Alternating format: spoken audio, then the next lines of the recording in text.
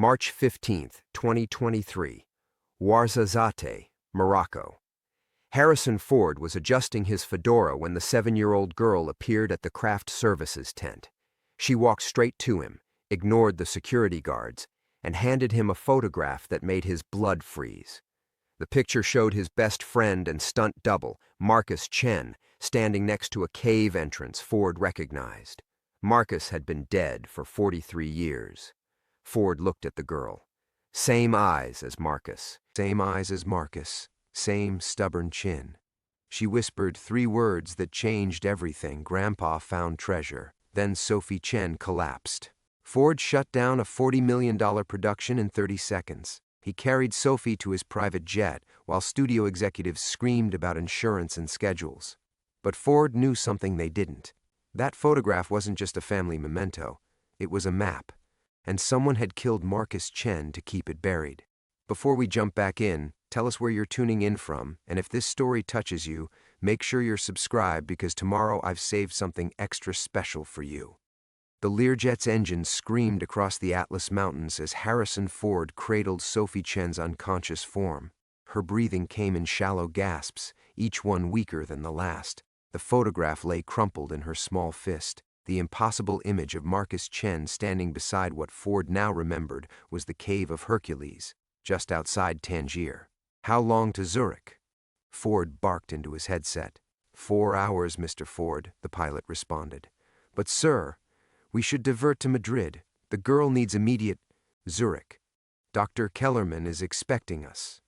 Ford's weathered hands trembled as he smoothed Sophie's black hair. 43 years. 43 years since he'd watched them pull Marcus's broken body from that ravine outside Almeria. The official report called it equipment failure, a climbing harness that snapped during a routine stunt rehearsal. Ford had blamed himself for decades. If he hadn't insisted on doing his own stunts for the temple sequence, Marcus would never have been there that day. But this photograph suggested something else entirely. The cave in the picture wasn't in Spain.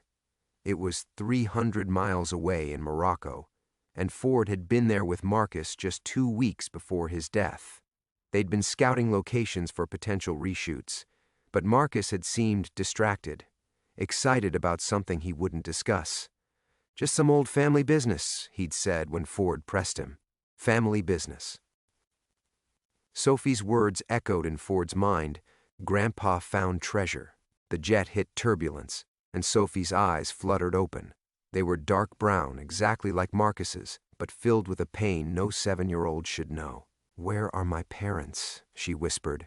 Ford's throat tightened. They're meeting us where we're going. What's your name, sweetheart? Sophie Chen. Are you really Indiana Jones? Despite everything, Ford almost smiled. Sometimes. What were you doing on our movie set? Sophie's tiny hand gripped his arm with surprising strength. Mama said never to tell anyone about the picture. But she's sick, and Daddy's gone, and the man with the scar said he'd hurt them if I didn't bring it to you. Ice flooded Ford's veins. What man? He knew about Grandpa Marcus. He said you helped hide something, but you didn't know it. He said... Sophie's breathing became labored again. He said the treasure map was in the picture, but only you could read it because you were there. Ford studied the photograph more carefully. At first glance, it looked like any tourist snapshot. Marcus grinning beside the famous cave entrance where Hercules supposedly rested. But now Ford noticed details he'd missed in his initial shock. Marcus wasn't looking at the camera. His gaze was fixed on something to the left of the cave mouth, and his left hand was pointing down at an angle that seemed random unless you knew that Marcus was left-handed and obsessively precise about everything. The coordinates. Marcus was indicating coordinates. Ford's phone buzzed with an encrypted message. You have something that belongs to me, Harrison. The girl was just insurance. Zurich is a beautiful city. Would hate for it to become dangerous. The number was blocked, but Ford recognized the tone. Whoever had sent this had been planning it for a very long time. They knew about Sophie's condition, knew she'd be desperate enough to approach him, knew Ford well enough to predict he'd drop everything to help a sick child. They'd been watching him for 43 years. Sir? The pilot's voice crackled through the intercom.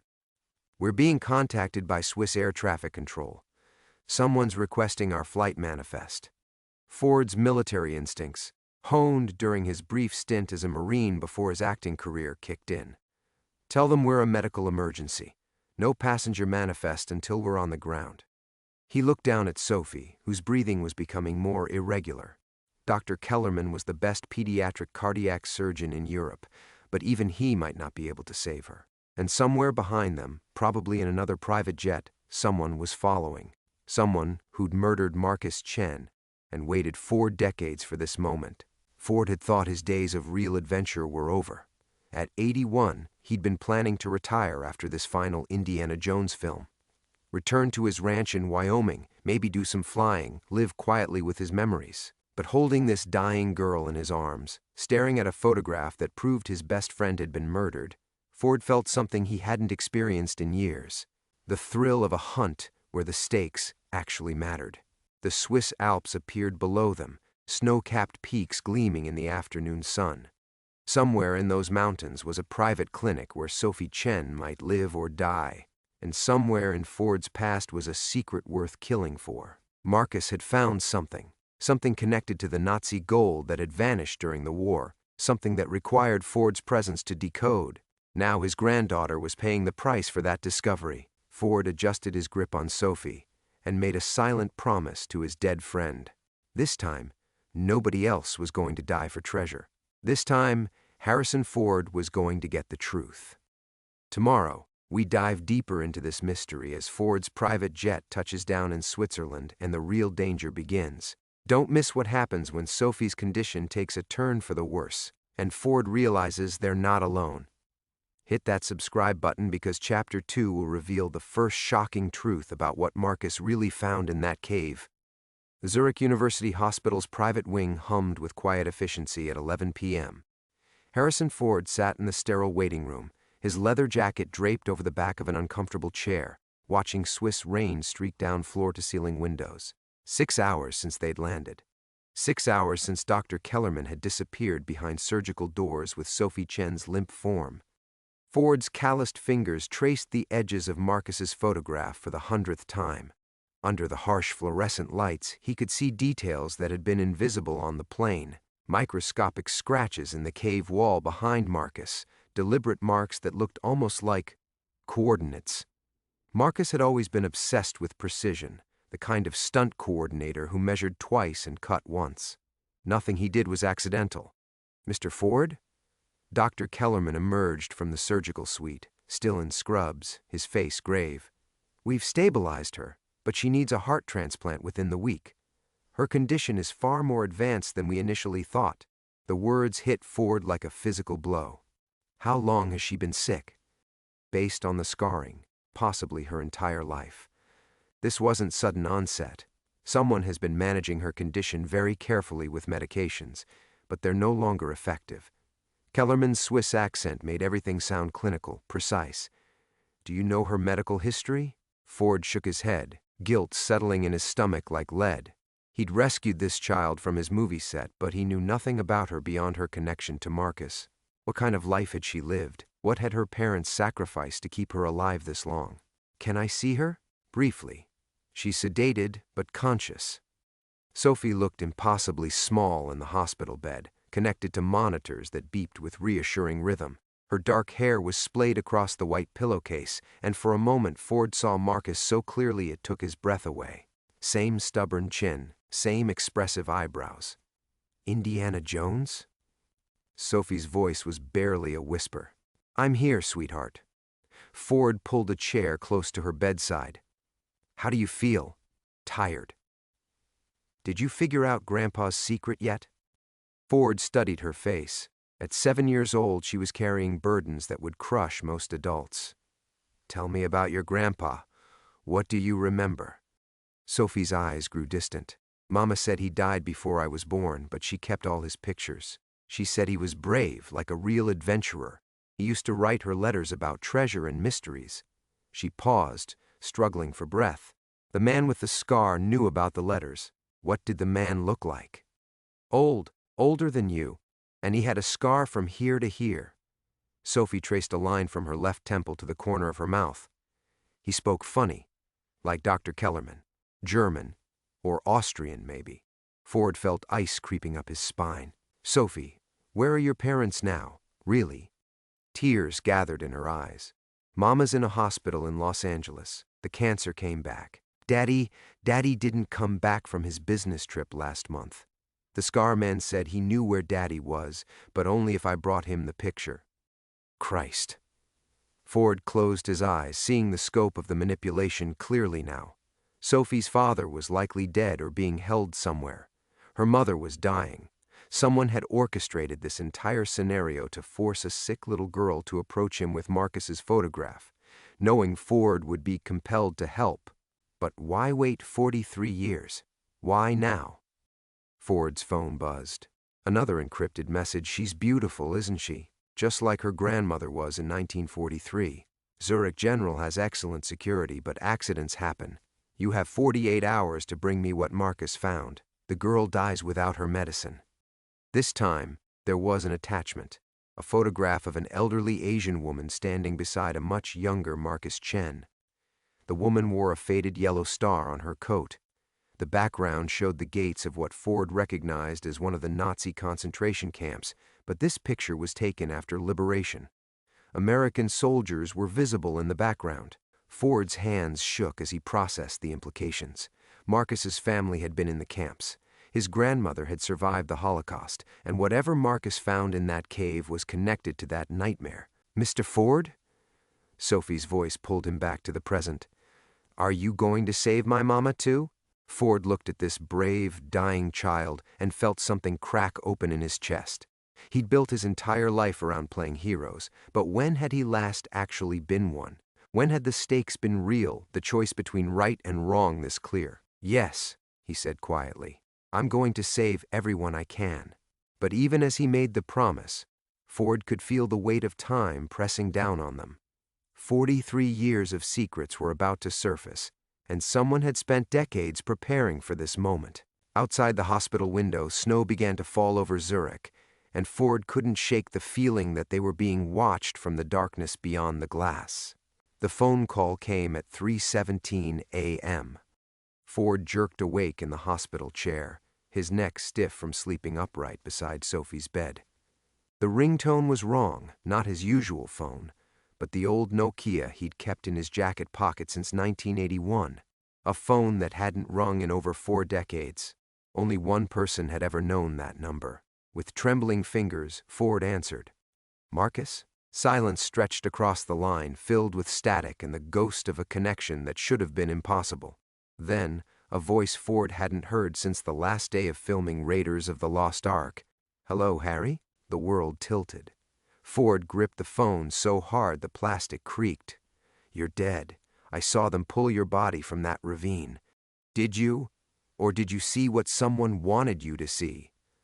Marcus's voice carried the same slight accent, the same careful pronunciation Ford remembered.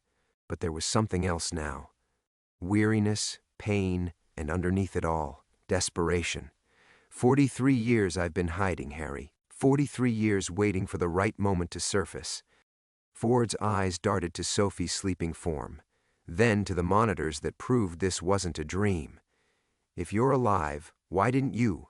Your family thinks you're dead. Your granddaughter is dying because she tried to find answers about you. Because if they knew I was alive, they'd all be dead already. Marcus's voice cracked. Sophie was never supposed to find that photograph. I hid it where I thought no one would look, but her mother was too smart for her own good. Found my old letters, started asking questions. The pieces clicked together with horrible clarity. You've been watching us. All these years. Watching, protecting, trying to stay ahead of them. The Ahnenerbe didn't all die when the Reich fell, Harry. Some of them got very good at hiding, very good at waiting. They've been hunting me since 1981. Ford stood abruptly, pacing to the window. The snow had stopped, leaving Zurich pristine and deceptively peaceful. The Nazi treasure hunters. That's what this is about. Not just treasure, knowledge, maps to locations across Europe and North Africa where they hid stolen artifacts, gold, art, everything they looted from the families they murdered. I found one of their caches in that cave, but more importantly, I found their records. Names, bank accounts, bloodlines. Evidence that some of the most powerful families in Europe built their fortunes on stolen Holocaust gold. Ford's mind raced back to that day in Morocco, remembering Marcus's excitement, his secretiveness. "You couldn't tell me because you knew I'd try to help. Because I knew you'd get yourself killed. You always were too honest for your own good." Marcus paused, and Ford heard what sounded like traffic in the background. "But now they've forced my hand. Sophie's sick, my daughter-in-law has cancer, and my son—" Marcus's voice broke. "They killed my son last month, made it look like an accident." Rage flooded Ford's system, hot and clean. "Where are you?" "Close. Closer than they think. Harry, listen carefully. What I found in that cave was just one piece of a larger puzzle. The Anunnaki created a network of hidden vaults across 5 countries. Each one requires multiple keys to open. The photograph Sophie brought you is one key. My presence is another. But the third key—" Marcus hesitated.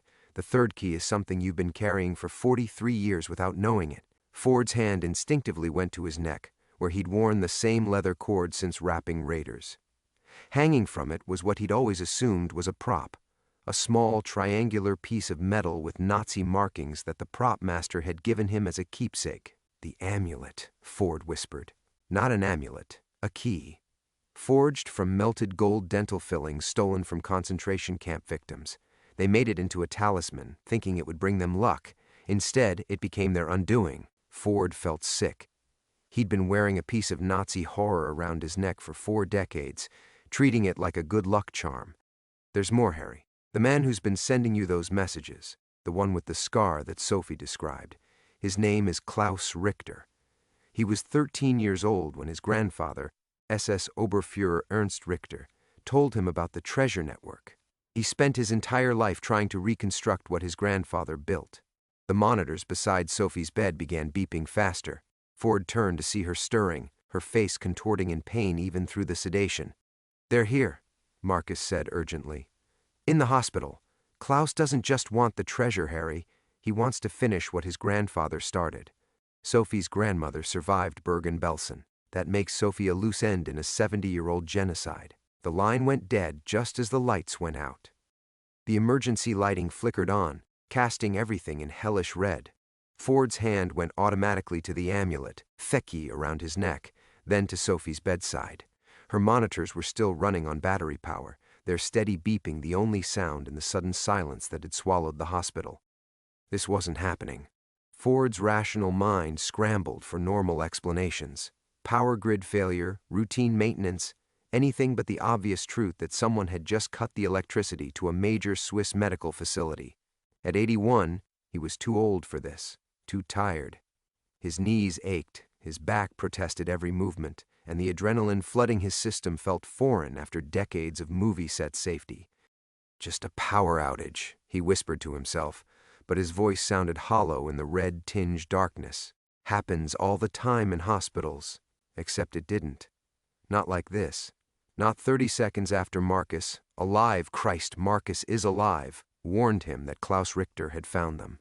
Ford pressed the nurse call button. Nothing. He tried his cell phone. No signal. The landline by Sophie's bed was dead. Even the hospital's internal communication system seemed to have failed simultaneously, which was impossible unless someone had done this deliberately. Sophie's eyes fluttered open, wide and frightened in the crimson glow. "Indiana Jones? Why is everything red?" "Just some electrical trouble, sweetheart."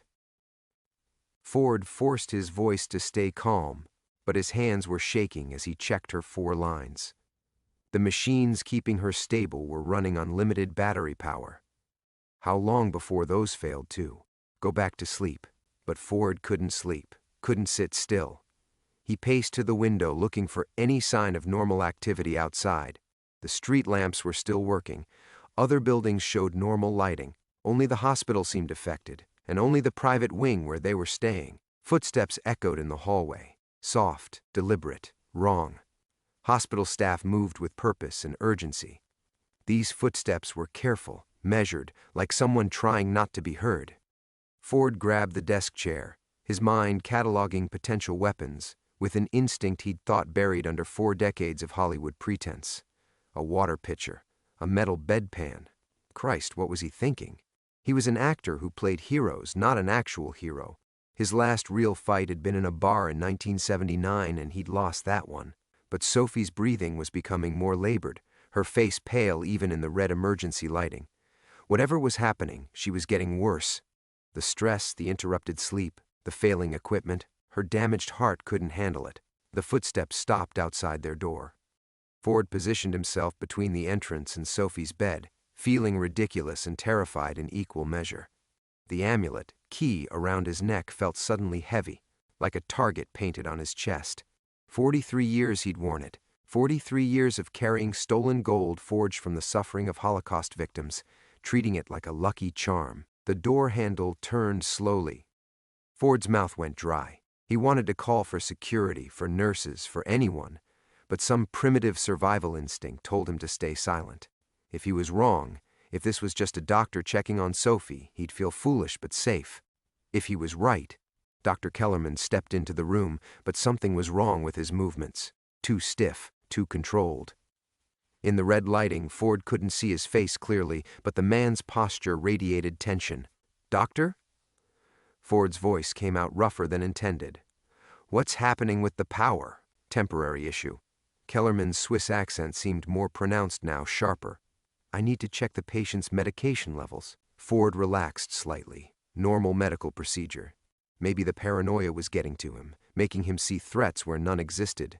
Marcus had always accused him of having an overactive imagination, but as Kellerman approached Sophie's bed, Ford noticed he wasn't carrying any medical equipment. No stethoscope, no chart, no medication. His hands were empty except for something small and metallic that caught the emergency lighting. A syringe. What's that for? Ford stepped closer, every instinct screaming danger. Kellerman's head turned toward him, and in the red glow, Ford saw something that made his blood freeze. The man's left temple bore a faint but unmistakable scar running down to the corner of his mouth. This wasn't Dr. Kellerman. Sophie's eyes opened again, focusing on the figure beside her bed. "The Scar Man," she whispered, and the terror in her voice confirmed Ford's worst fears. The man with Kellerman's face smiled, and Ford realized they'd been playing his game from the moment their plane touched down in Switzerland.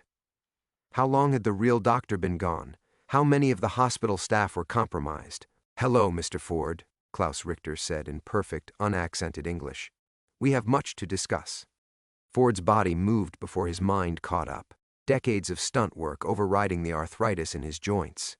He lunged forward, grabbing Klaus Richter's wrist before the syringe could reach Sophie's foreline. The metal was cold against his palm, and Ford could smell something sharp and chemical from whatever poison filled it. "Get away from her," Ford growled. But Richter was younger, stronger, and had been preparing for this moment far longer than Ford had been dreading it. Richter twisted, using Ford's momentum against him, and suddenly Ford was stumbling backward into the window. The glass cracked against his shoulder blade, spider-webbing but not breaking. Pain shot through his ribs, the same ribs he'd cracked filming Temple of Doom and never quite forgotten about. "You're 81 years old, Mr. Ford," Richter said conversationally, still holding the syringe. "This doesn't have to be difficult. Just give me the key, and I'll make sure the girl dies peacefully, painlessly." The casual cruelty of it, discussing Sophie's murder like a scheduling conflict, ignited something primal in Ford's chest. He thought of Marcus's voice on the phone, broken with grief over his murdered son, of Sophie's mother dying of cancer in Los Angeles, of generations of suffering that all led back to the Nazi gold around his neck. "You want to know what Marcus found in that cave?" Ford's hand closed around the amulet, feeling the weight of it for the first time. "He found proof that your grandfather was a coward who stole from the dead." Richter's composure cracked for just a moment. "My grandfather was a visionary. He preserved artifacts that would have been lost forever. He created a legacy that will outlast. He created nothing." Ford's voice carried 4 decades of bottled rage. He was a grave robber with a uniform. The syringe moved toward Sophie again, and Ford realized with crystalline clarity that talking wouldn't save her.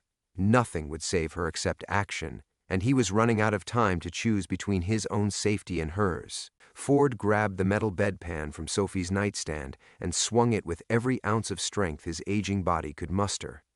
It connected with Richter's forearm with a satisfying crack, sending the syringe spinning across the floor where it shattered against the far wall.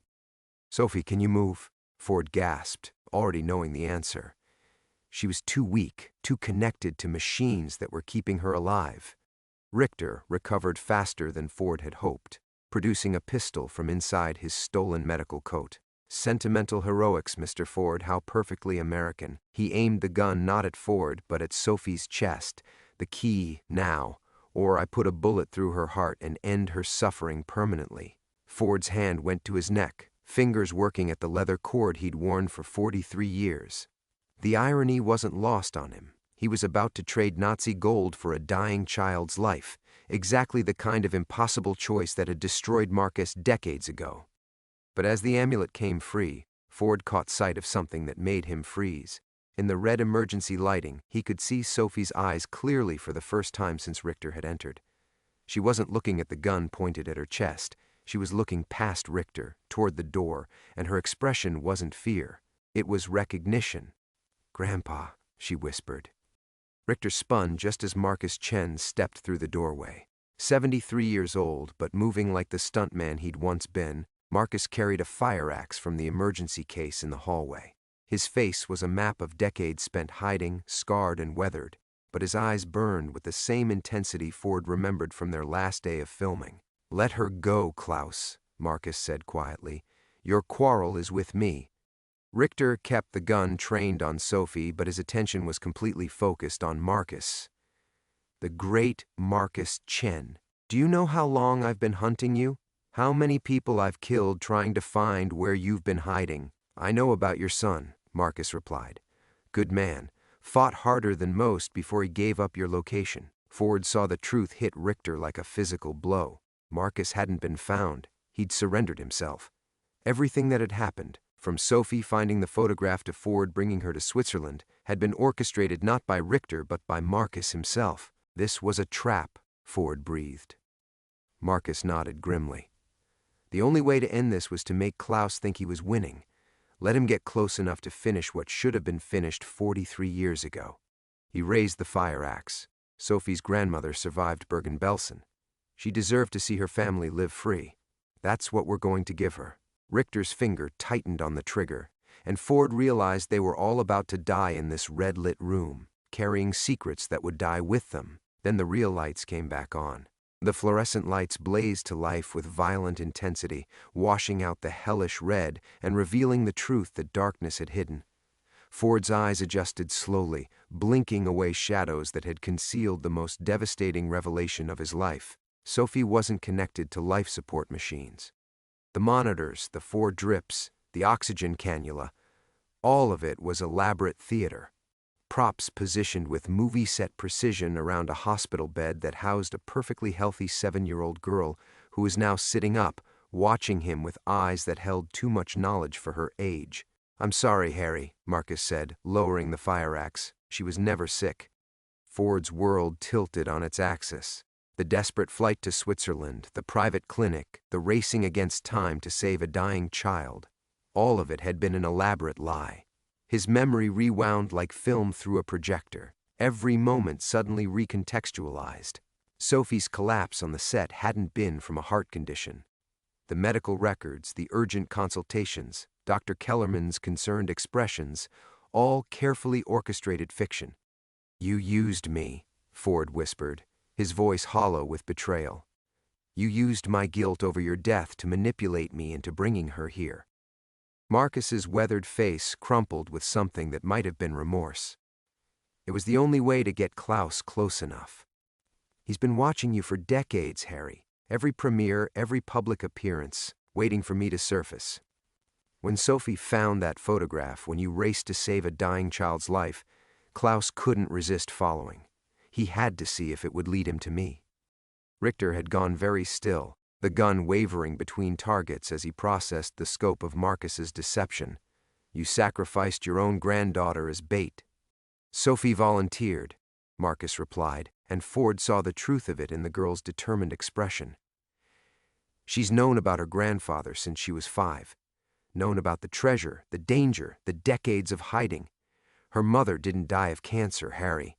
Klaus killed her when she got too close to finding me. Sophie wanted revenge. Ford stared at the child who had played a dying victim with Oscar-worthy conviction. The coughing, the weakness, the medical emergency on my set. Drama classes, Sophie said matter-of-factly. Mom was an actress before she started investigating Grandpa's disappearance.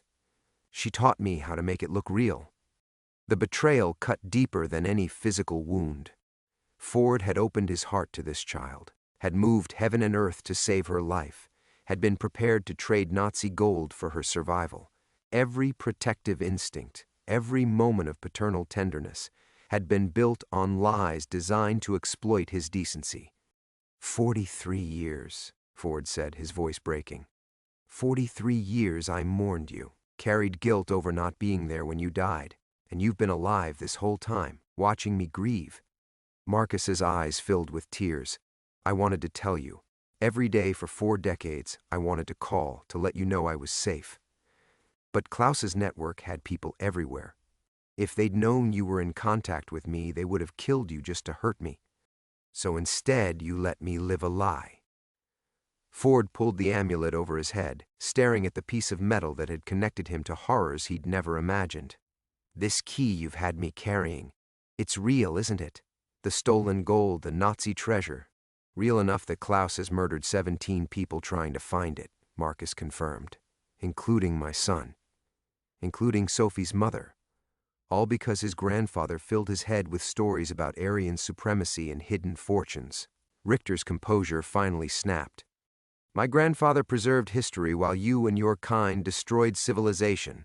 The words hung in the sterile air like a poison gas, revealing the depth of indoctrination that had driven Klaus Richter for 7 decades.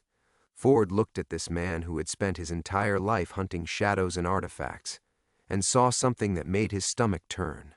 Richter genuinely believed he was the hero of this story. In his twisted worldview, he was preserving his grandfather's legacy against thieves and terrorists. Your grandfather, Marcus said quietly, died in 1943.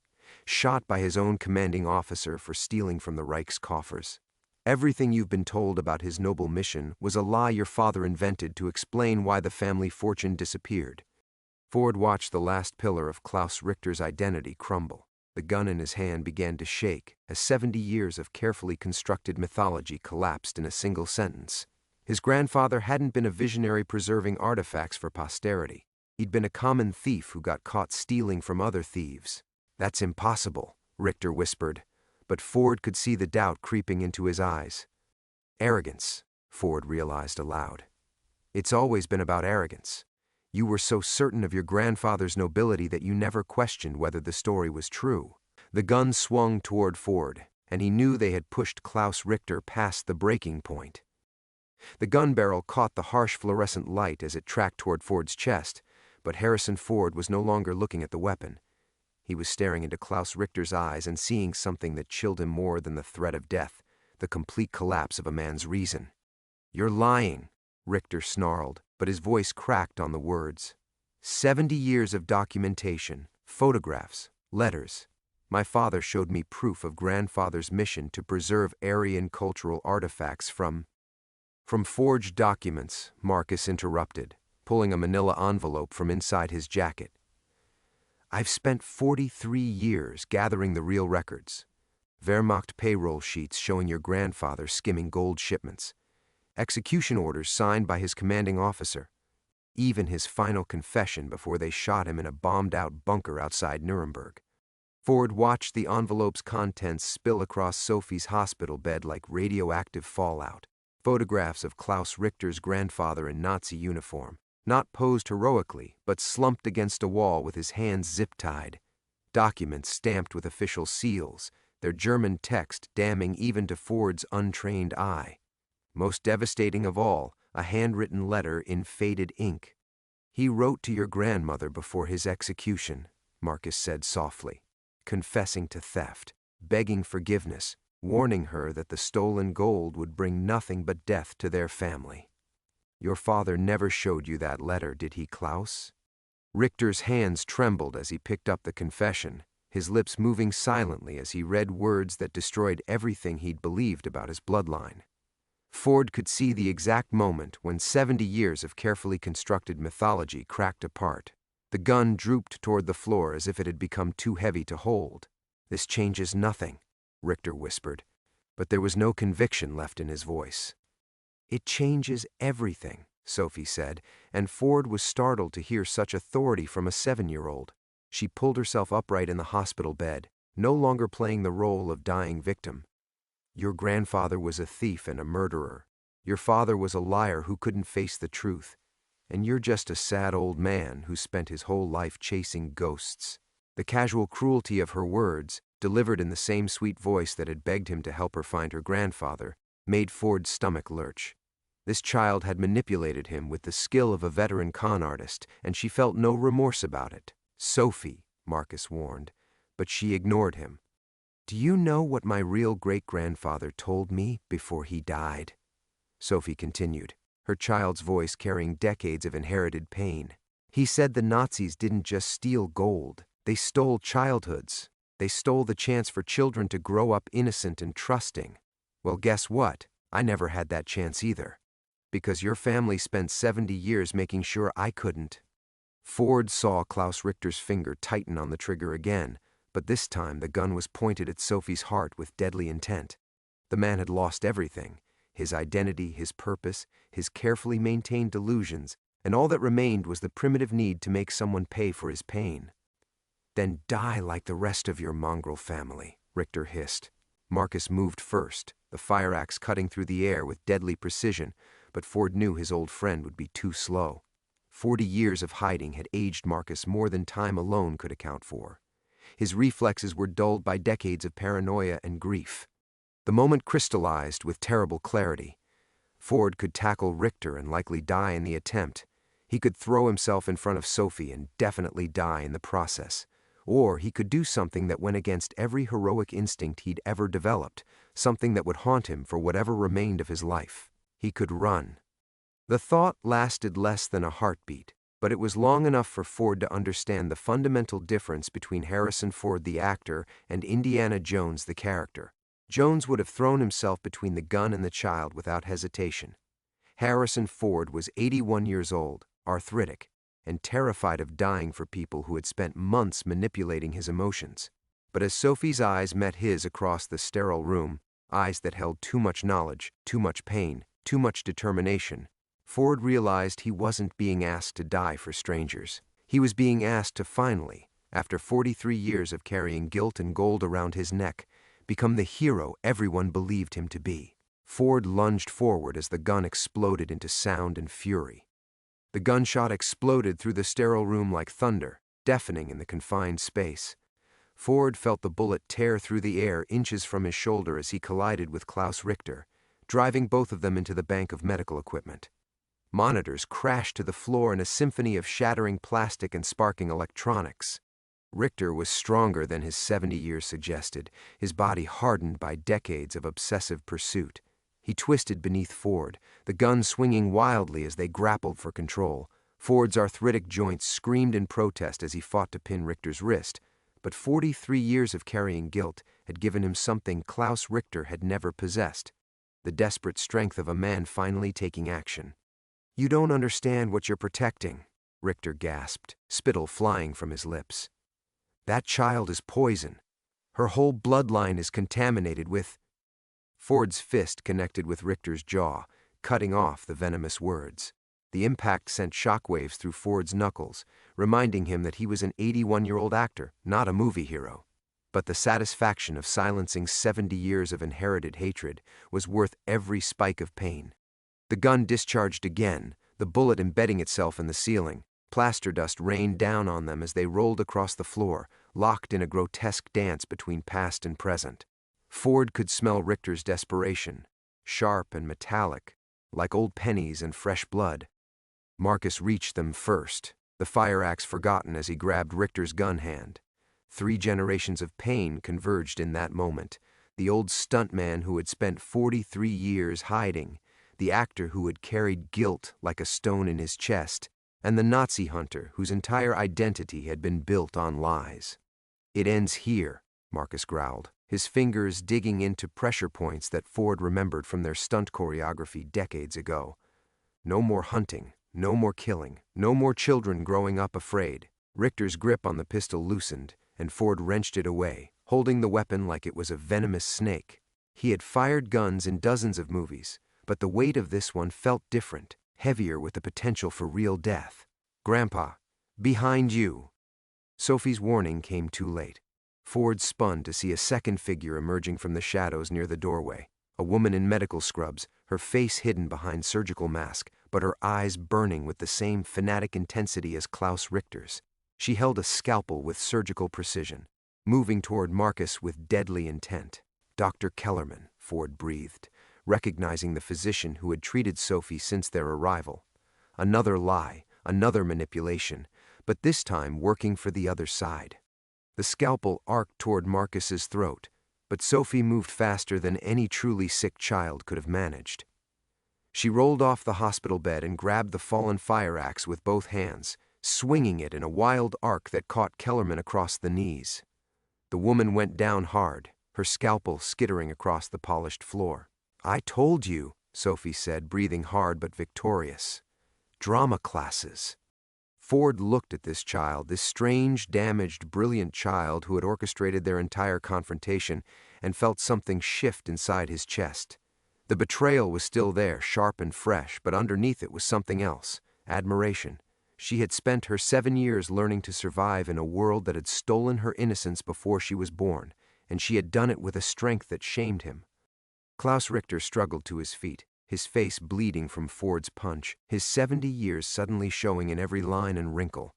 Without the gun, without his delusions of noble purpose, he looked like what he truly was: a broken old man who had wasted his entire life chasing ghosts. "You have no idea what you've unleashed," Richter whispered, staring at the scattered documents that had destroyed his worldview. The gold was never the point. The point was proving that some bloodlines deserve to survive while others deserve to. "Stop." Ford's voice carried all the authority of 4 decades in front of cameras, commanding attention without raising volume. "It's over, Klaus. Your grandfather was a thief, your father was a liar, and you're just a man who chose hatred over truth." Richter's shoulders sagged as the fight finally went out of him. Ford could see the exact moment when 70 years of purpose collapsed, leaving nothing but an empty shell of a human being. Marcus retrieved the scattered documents, handling them like sacred texts. "These go to the Simon Wiesenthal Center," he said quietly, "along with everything else I've collected over 43 years.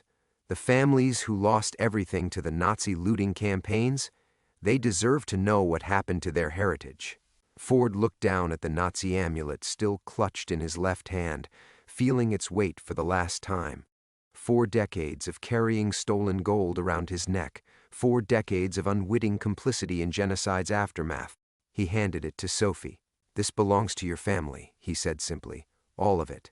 Whatever's hidden, wherever it leads, it was never mine to carry." Sophie's fingers closed around the amulet, and Ford saw something remarkable happen.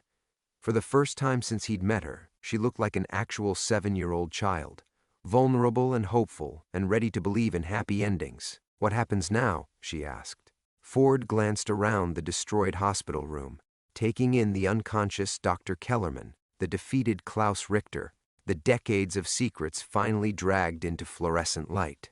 "Now," he said, "we tell the truth." 3 months later, Harrison Ford stood in the morning light filtering through his Los Angeles kitchen windows, watching steam rise from his coffee cup like incense from an altar of memory. The amulet was gone, handed over to the proper authorities along with Klaus Richter's documentation and Marcus's 43 years of meticulous evidence gathering. But Ford could still feel its phantom weight against his chest, the way amputees felt phantom limbs. The morning newspaper lay folded beside his breakfast, its headlines now familiar: "Nazi gold discovery leads to massive restitution effort. Holocaust survivor families receive stolen artifacts. Harrison Ford testifies in International War Crimes Tribunal." His name had become synonymous with a story he never wanted to be part of, yet couldn't escape. The kitchen phone rang, an old-fashioned landline that most people had abandoned years ago, but that Ford kept for reasons he couldn't quite articulate. Perhaps because the weight of it felt real in his hand, substantial in a way that smartphones never could. Harry? Marcus's voice carried clearly across 3,000 miles from his new apartment in Geneva, where he had finally emerged from 4 decades of hiding. Did you see the Times piece? About Sophie starting school in Vermont? Ford had read it twice, studying the photograph of a 7-year-old girl who looked genuinely carefree for the first time since he'd met her. No more drama classes designed to manipulate adults. No more carrying the weight of inherited trauma. Just a child with a backpack and a future. She looks happy. Her therapist says she's making remarkable progress. The nightmares are stopping. Marcus paused, and Ford could hear the careful weight of words being chosen. She asks about you sometimes. Wants to know if you're angry with her. Ford set down his coffee cup, considering the question that had haunted him through 3 months of depositions and therapy sessions and sleepless nights. Was he angry? At Sophie, who had played him with the skill of a master manipulator? At Marcus, who had let him grieve for 43 years? At himself for being so easily deceived by his own desperate need to be needed? Tell her, Ford said slowly, that I'm proud of her for surviving, and that I understand why she had to lie. Because he did understand. Finally. Sophie had been born into a war that started before her grandparents were alive, shaped by hatred that predated her existence. She had learned to manipulate because manipulation was survival, had learned to lie because truth was dangerous, had learned to perform childhood instead of living it because authentic innocence was a luxury her family couldn't afford. The restitution ceremonies begin next week, Marcus continued. 18 families getting back artifacts that were stolen 70 years ago. Paintings, jewelry, religious objects that they thought were lost forever. Sophie's going to light the memorial candle for her mother. Good. Ford meant it. The gold had found its way back to the families who deserved it. Klaus Richter was in custody awaiting trial, and Dr. Kellerman had provided evidence that led to the arrest of 3 other members of their network. Justice, if not quite healing.